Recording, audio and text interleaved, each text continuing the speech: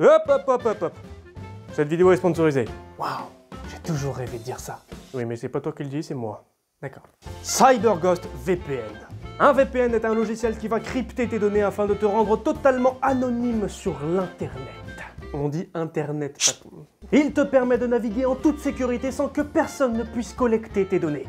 Pas même CyberGhost. En plus de ça, il te permet de géolocaliser ton appareil dans n'importe quel autre pays. Ce qui veut dire que tu as accès à tous les contenus bloqués dans ton propre pays, mais en plus, tu peux même économiser de l'argent. Par exemple, le prix des billets d'avion ou des chambres d'hôtel va varier en fonction de la position de ton appareil. Mais grâce à CyberGhost VPN, c'est toi qui choisis la position de ton appareil. Donc c'est toi qui choisis le prix.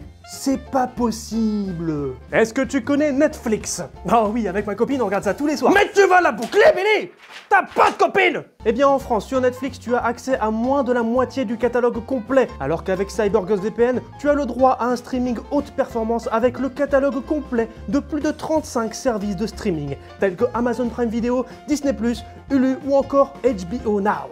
Personnellement, j'ai pu tester ce VPN, je me suis connecté à Netflix sur un serveur américain et... Ils sont le Seigneur des Anneaux sur Netflix! CyberGhost possède déjà plus de 30 millions d'utilisateurs dans le monde entier, avec plus de 7000 serveurs disponibles dans plus de 90 pays. Ce logiciel simple d'utilisation te permettra de protéger non pas un, non pas deux, mais bien 7 appareils en même temps. Et pour terminer, en cliquant sur le lien dans la description, vous pourrez bénéficier d'une offre spéciale rien que pour vous de 2,75 € par mois. C'est pas beau ça, Billy? Bah si, mais pour ça, il faudrait d'abord que vous me payiez. Et depuis quand on paye les stagiaires? CyberGhost VPN est téléchargeable sur Windows, macOS, iOS, Android, Amazon Fire Stick, Linux et bien d'autres. Tout ça avec une garantie de remboursement sur 45 jours, totalement sans risque. Alors n'attends plus, clique sur le lien dans la description et deviens un véritable... un fantôme cybernétique. Ouais, non, c'est mieux en anglais en fait. CyberGhost VPN.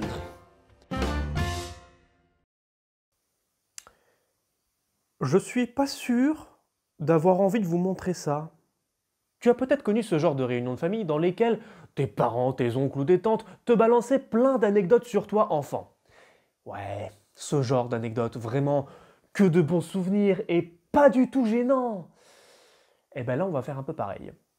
Parce que j'ai retrouvé 2 des séries que je regardais quand j'étais petit. Et bref, aventuriers et aventurières, aujourd'hui, on va s'aventurer dans un passé lointain à la découverte ou redécouverte pour certains d'entre vous de ce qui a été, pour ma part, mes premières séries.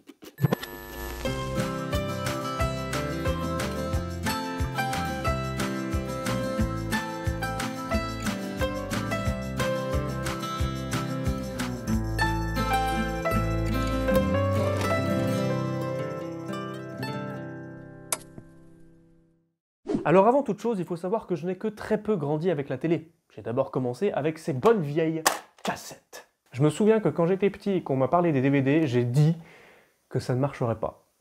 Ouais. Et ce qui était cool, c'est que j'avais un peu de tout dans les cassettes. Ça allait de Laurel et Hardy jusqu'à Tintin. Je vous dis ça parce que la première série dont on va parler, c'est une série qui date des années 60.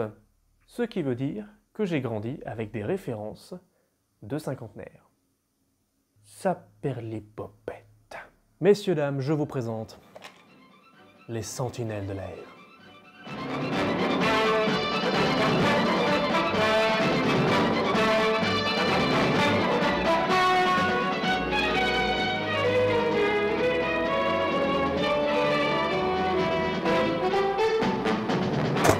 Regardez où j'ai retrouvé toute la collection, ils sont là ces petits abrutis. Déjà pour commencer, cette série avait un super générique.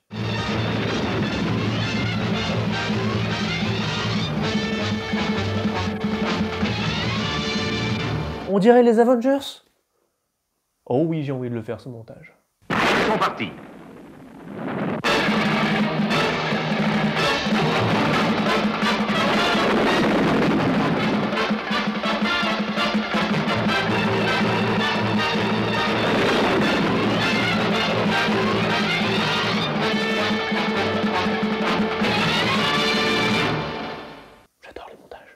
À l'époque de sa sortie, cette série était assez révolutionnaire puisqu'elle a été entièrement réalisée à l'aide de maquettes et de marionnettes, ce qui offrait des visuels plutôt cool et réalistes. Enfin, pas tout le temps. Merci mille fois d'être venu de si loin. De rien, voyant Jeff. Bonsoir à tous. Au revoir. En fait, c'est très simple. Dès qu'il y avait des personnages à l'écran, c'était moche. Mais genre, vraiment très moche. Avouez que c'était merveilleusement combiné, non?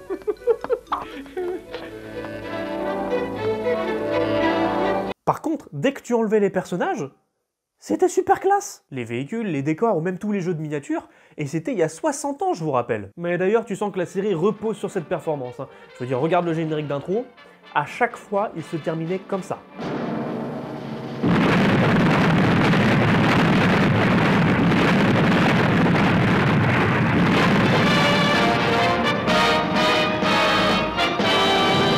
Pourquoi Super Mario? Parce que j'adore les marionnettes. Et les explosions.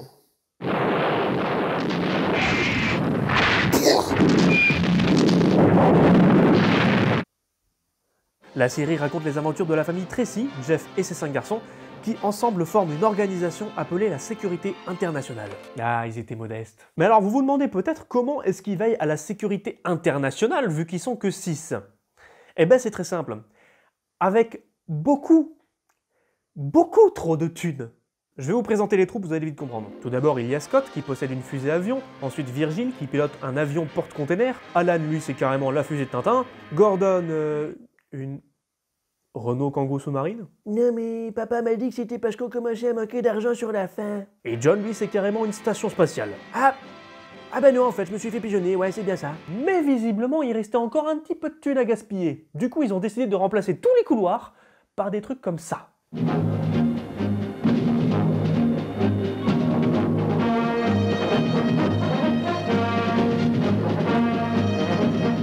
Non mais regardez-moi ce trajet, juste comment tu peux être aussi flemmard? Non mais les escaliers ça fait mal aux pieds, hein. Le meilleur ça reste Alan avec son canapé qui l'emmène dans sa fusée. Mais enfin bref, à chaque épisode il y aura une catastrophe que nos sentinelles vont empêcher. Et autant la plupart des scènes d'action sont, je trouve, très réussies, autant ce qu'il y a autour...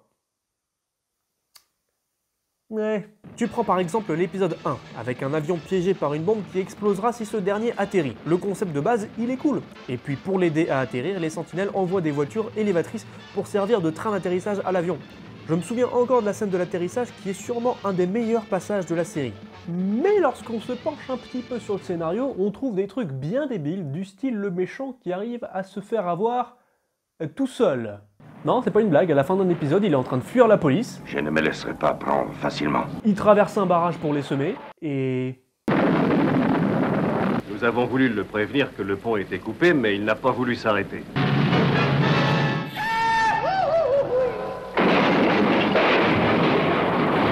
Ce que j'aime bien, c'est que le patron, il en rajoute une couche après. Qu'est-ce qui se passe? Non seulement vous ruinez tous les plans en attirant la sécurité internationale, mais en plus, vous ne savez même pas conduire des vivres.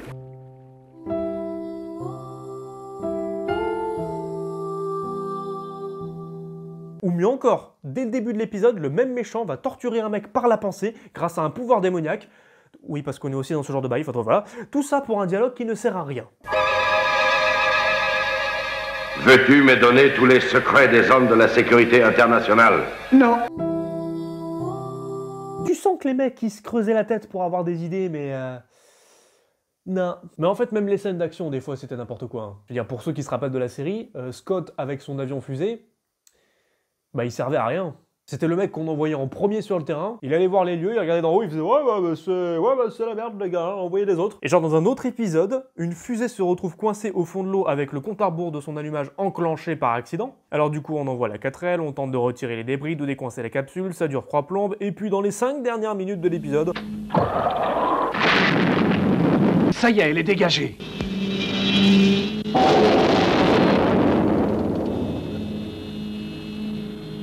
Ah bah on est en droit de se demander jusqu'où irait la flemme. Hein. Oh mon Dieu, c'est une bombe! Qu'allons-nous faire? Ah bah ça y est, j'ai désactivé. Mais le pire pour moi, c'était l'animation. Parce qu'à chaque épisode, tu passais d'une superbe scène d'action avec des véhicules, des avions, des fusées, ce que tu veux, à une scène de dialogue à laquelle tu ne croyais pas du tout. Je veux dire, les gars, on voit les fils, on les voit. Et d'ailleurs, on se demande ce que vous animez avec, parce que vos personnages, tout ce qu'ils savent faire, c'est bouger les avant-bras, une moitié de mâchoire et avoir un regard défoncé. Mais bon, à part ça, je dois reconnaître que c'était une série plutôt cool. Et avec le recul, franchement réussi pour l'époque. Et puis c'est assez marrant de voir un monde futuriste vu des années 60. Oui, parce que la série est censée se passer en l'an 2065. Ah bah je ne peux que attendre la 4L des mers, hein. Et d'ailleurs, pour la petite anecdote, Dire Straits a fait un clip en hommage aux Sentinelles de l'air. Avec la chanson Calling Elvis. Ok, assez parlé des Sentinelles de l'air, on va parler de la deuxième série. Et je vous préviens, c'est le total opposé. Oubliez l'action, l'épicness, le suspense et les marionnettes trop mal animées. Maintenant, on va parler d'un groupe de peluches qui bougent dans tous les sens pour faire les actions les plus banales de la vie de tous les jours. Seul point commun avec les Sentinelles de l'air, c'est que la musique déchire.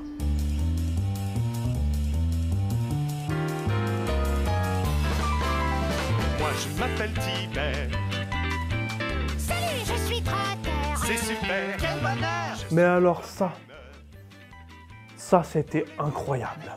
Tibère et la Maison Bleue. Oui, je vous avais prévenu, on est parti sur un opposé total. Cette série nous présente Tibère et ses amis qui vivent tous ensemble dans la grande Maison Bleue, dans laquelle ils vont découvrir chaque jour des choses comme l'orage, les insectes ou la confiance en soi. Tibère nous guide dans la maison et résout tous les problèmes de ses amis avec des morales et des chansons, avant de finir l'épisode en racontant sa journée à la lune. Oui, parce qu'en plus d'avoir des amis de toutes les couleurs, Tibère parle à la lune, au soleil et à une ombre. Et à chaque épisode, il fait ça.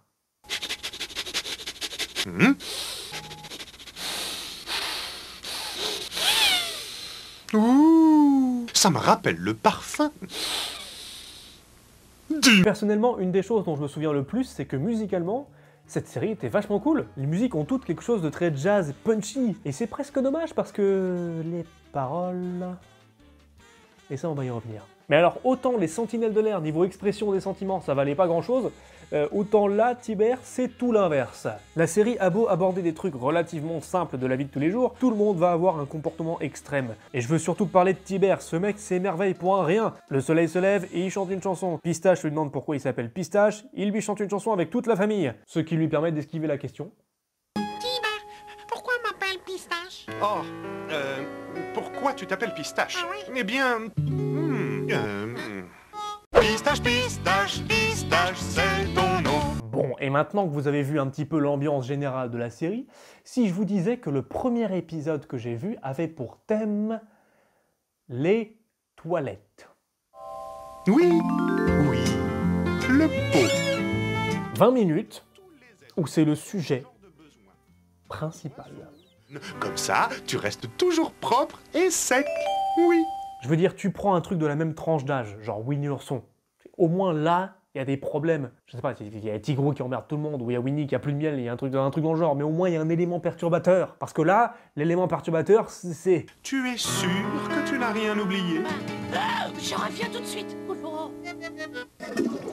Tirer la chasse, c'est aussi très important. Et je vous avais dit que chaque épisode se termine avec Tibère qui raconte sa journée à la lune. Tu sais, aujourd'hui, nous avons réfléchi au fait d'aller aux toilettes et d'utiliser le pot. Oh, bien. Oh, je vais pleurer un petit peu. En vrai, je suis sûr, un soir, la lune, elle a craqué. Ah, bonsoir, Luna. Ta gueule! J'ai grandi avec ça. Et bientôt, toi aussi, tu sauras te débrouiller comme les grands. Attends, pourquoi il y a de la guitare qui commence là? Tu as grandi tellement vite Oh non. que tes couches deviennent trop petites. Non. C'est l'heure de rencontrer ton petit pot. Non. Aussi. Derrière au sec, y a pas de pétard. Tire la chasse et dis au revoir, c'est l'heure de rencontrer ton petit pot. A joué ça? L'heure de rencontrer ton petit pot. Qui a écrit ça? Tu as grandi tellement vite que tes couches deviennent trop petites. C'est l'heure de rencontrer ton petit pot. J'aurai cet Oscar. Qui a validé ça? Et surtout, qui a chanté ça? Renaud Marx.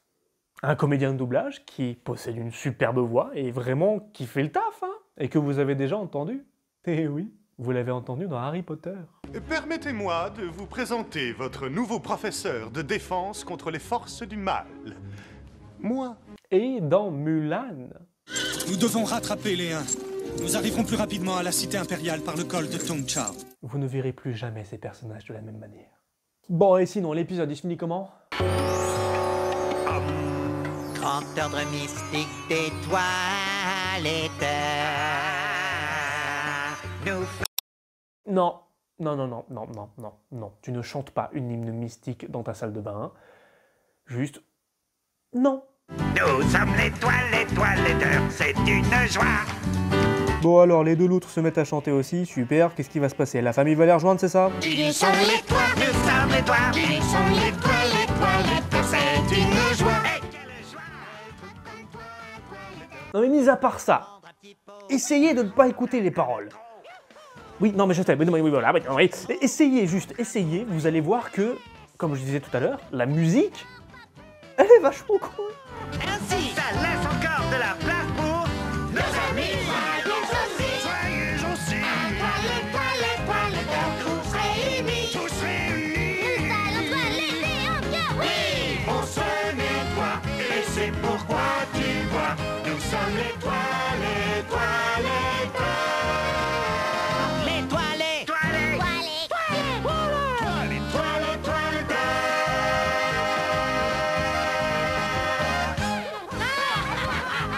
Je sais que je vous demande de rester chez vous. Retrouvez aussi ce sens de l'essentiel. Je pense que c'est important. Bon. C'était marrant. Le plus dingue dans tout ça, c'est que malgré tout ce qu'on vient de voir, je crois que je pourrais jamais vraiment détester ces séries en fait. Elles restent quand même mes premières marques de cinéma, avant d'avoir découvert des films comme Robin des Bois ou Le Monde de Nemo. Les Sentinelles de l'air, c'était certes pas toujours bien fait, mais je sais que cette série m'a fait découvrir des trucs comme le suspense et les enjeux forts. Et Tibère, bah, au-delà de ses morales incroyables, au fond cette série me faisait rire quand j'étais petit et me mettait finalement de bonne humeur. C'est vrai? Au fond, je regrette qu'à moitié de les avoir revus. Parce qu'en prenant un peu de recul, je me dis que j'en ai retiré plus de bonnes choses que de mauvaises. C'est vraiment comme les anecdotes de ton enfance, hein. C'est à la fois très gênant et très drôle, et puis au final, tu passes un bon moment en te rappelant le bon vieux temps. Et franchement, ouais, si vous en avez l'occasion, regardez ces séries. Au mieux, vous allez apprécier, au pire, vous allez bien vous marrer. Et s'il y a des séries que vous n'avez jamais revues depuis votre tendre enfance, justement parce que vous évitez de tomber sur ce genre de pépites, eh ben croyez-moi, la piqûre de nostalgie, aussi pénible soit-elle, elle en vaut la peine. Alors on va se laisser là-dessus. Si ça vous a plu de découvrir ou redécouvrir ces séries, n'hésitez pas à me le dire, parce que j'en ai encore plein à vous partager, des séries et même des films. Allez, c'était votre humble serviteur, à la prochaine. Quant à moi, je vais essayer de vous trouver une nouvelle cassette à vous faire partager. Est-ce un oiseau? Est-ce un avion? Non, c'est Monsieur von Strudel. Oh non, pas toi. On s'est bien amusé. J'espère que vous aussi. On vient de commencer et c'est déjà fini. Au revoir mes bons amis. C'est l'heure de nous quitter. Il n'y a pas de quoi broyer du noir. Car bientôt vous reviendrez nous voir. Reviendrez nous voir.